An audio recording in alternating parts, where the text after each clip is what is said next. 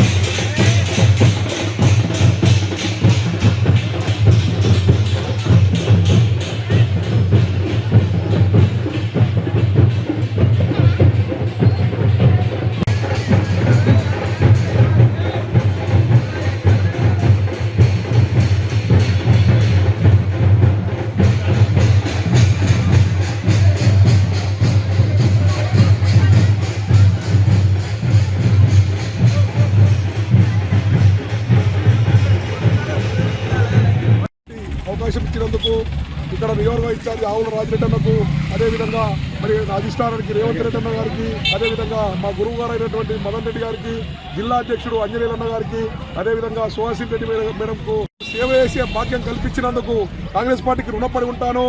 కాంగ్రెస్ పార్టీకి రుణపడి ఉంటూ ఈరోజు మరి 9th వార్డులో చూస్తే సమస్యలన్నీ కూడా పేరుకపోయి ఉన్నట్టున్నాయి.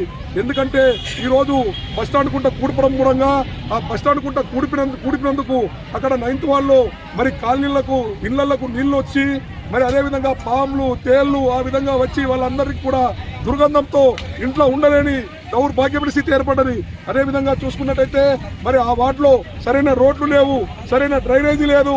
ఇవన్నీ కూడా నేను ఖచ్చితంగా రేపు మరి నాకు అవకాశం ఇస్తే మాత్రం ఇవన్నీ సమస్యలన్నీ కూడా పరిష్కారం చేస్తా.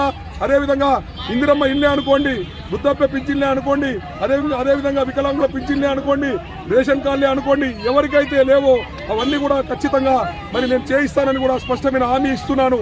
ఎందుకంటే నేను గతంలో ఎన్నో సేవా కార్యక్రమాలు చేశాను. కానీ నేను మొట్టమొదటిసారిగా నర్సాపూర్లో నాకు 9th వార్డు అవకాశం ఇచ్చిన కాంగ్రెస్ పార్టీకి మాత్రం ఎప్పుడు రుణపడి ఉంటానని ఈ సందర్భంగా తెలియజేసుకుంటూ జై